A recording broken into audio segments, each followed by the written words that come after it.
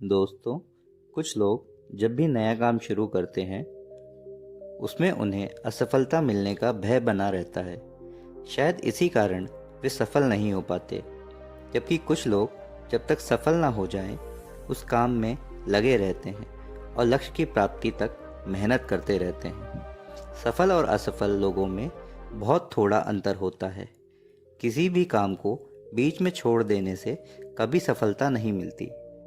दोस्तों, आज हम आपको ऐसी कहानी सुनाने जा रहे हैं जिसका सार यही है, सफल होने के लिए सबसे ज़रूरी है स्वयं पर विश्वास होना।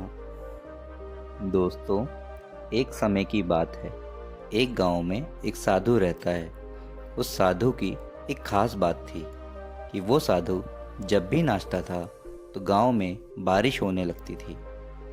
गांव वालों को जब भी बारिश की ज़रूरत होती थी वो उस साधु के पास जाकर उससे विनती करते कि दया करके आप नाचना शुरू कर दें।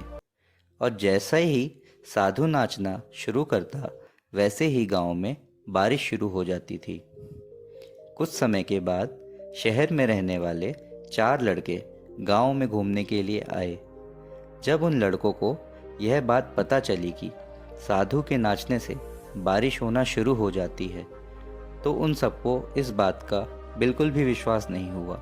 शहर के लड़के अपने आप को बड़ा पढ़ा लिखा समझ रहे थे, इसीलिए उन्होंने गांव वालों को यह चुनौती दे दी कि हम भी नाचना शुरू कर देंगे तो बारिश होने लगेगी। यदि बारिश नहीं होती है तो उस साधु के नाचने से भी बारिश नहीं होगी। दूसरे दिन प्रातः गांव वाले उन चारों लड़कों को साधु की कुटी में लेकर पहुंच गए और फिर साधु से सारी बात को विस्तार से बताया। फिर उन लड़कों ने नाचना शुरू कर दिया। थोड़ी देर के बाद पहला थक कर बैठ गया, लेकिन बारिश नहीं हुई। कुछ समय के बाद सभी लड़के बारी बारी से थकते चले गए और शांत होकर बैठ गए, लेकिन गांव में बारिश बिल्कुल भी नहीं हुई। इसके बाद साधु का नंबर आया। साधु ने नाचना शुरू किया। 1 घंटा बीत गया, लेकिन बारिश नहीं हुई। फिर 2 घंटा बीत गया, लेकिन बारिश नहीं हुई।